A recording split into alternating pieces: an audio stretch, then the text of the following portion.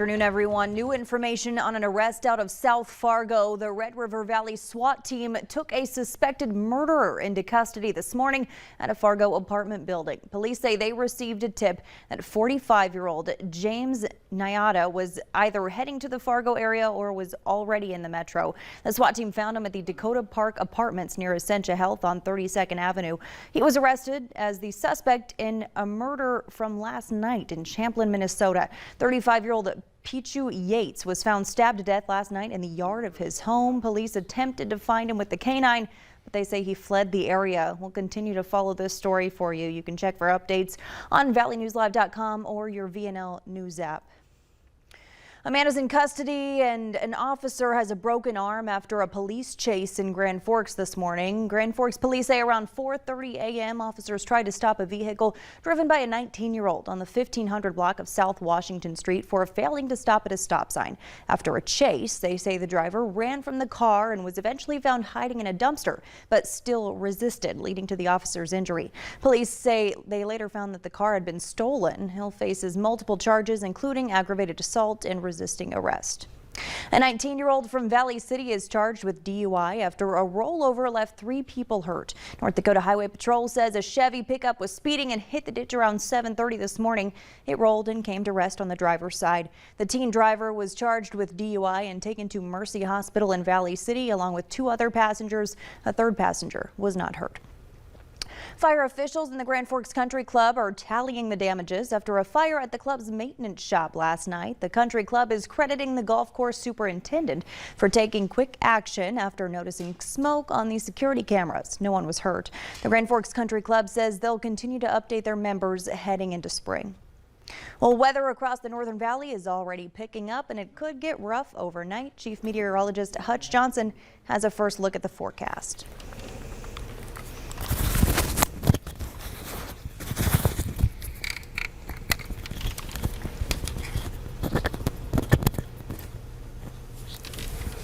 Stacy? Oh, yeah, my weather computer is not working. We're going to have to cut away from weather for a minute. We'll have an update on our storm that starts tonight here in just a moment. So we're going to toss it back to you for some more news.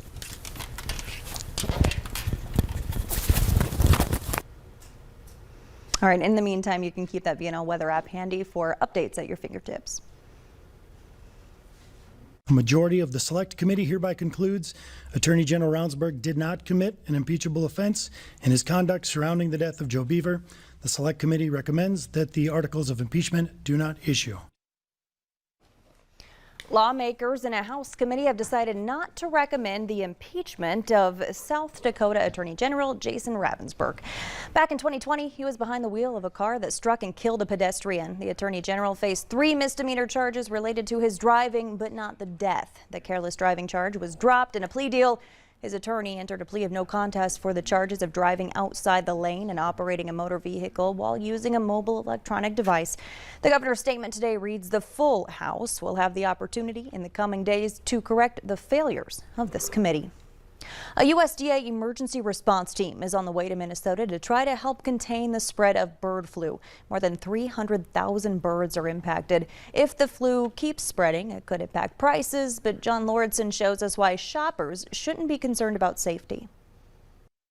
Say, what am I going to have to make for supper tonight? I run up here. It takes me 5 minutes. Whenever there's a disruption or shortage of something, grocery stores are often the first to see it. The whole last 2 years have been a shortage of, this or that or this or that. As a result, prices fluctuate. Chicken and turkey are no different. What happens on the farm has an effect on what you pay at the store. When the bird flu hit in 2015, a lot of Minnesota turkey growers were impacted. The hope this time around is to contain the spread as much as possible. We expect there to be more. Hopefully there is not. Abby Schuft is a poultry educator for University of Minnesota Extension. She's worried that as ducks and other birds begin to migrate here for the warm weather months, they'll spread the bird flu to commercial flocks. Once a premises is confirmed to have highly pathogenic avian influenza, the whole premises has to be depopulated in order to stop the movement of the virus. The flu can shut a farm down for 4 to 6 months, hurting it economically. But a misconception that Schuft and others are trying to prevent is the notion that poultry products aren't safe to eat. Eggs, Chicken, turkey, any other poultry products that you might enjoy are still safe to consume. Schuff says the flocks that have avian influenza don't enter the food system, and the USDA and others test food well before it makes its way to the store. The foods that we are consuming and being able to purchase locally through Minnesota Grown programs or at our local grocery store are always safe and free of disease. John Lordson, WCCO 4 News. Minnesota is the #1 turkey producer in the country. President Biden visited the Capitol today to pay his respects to Representative Don Young of Alaska. Young, who was the Dean of the House and longest-serving Republican representative, now lies in state in the Capitol. He was the only member of Congress representing Alaska, serving in that position for 25 years. He was elected in 1973. Young died on March 18th while flying back to the state of Alaska. He was 88 years old. President Biden held a call with the leaders of France, Germany, Italy, and the UK today to talk about the situation in Ukraine as face-to-face talks between Ukraine and Russia got underway. Deborah Alfarone reports from the White House. A Russian attack left a gaping hole in a Ukrainian government building in the port city of Mykolaiv Tuesday.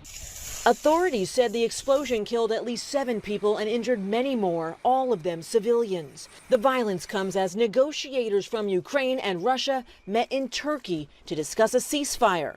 A Russian defense minister said Russia would sharply reduce military activity near Kyiv and another key Ukrainian city to increase mutual trust. But U.S. Secretary of State Antony Blinken expressed doubt about Russia's intentions. There is what Russia says, and there's what Russia does.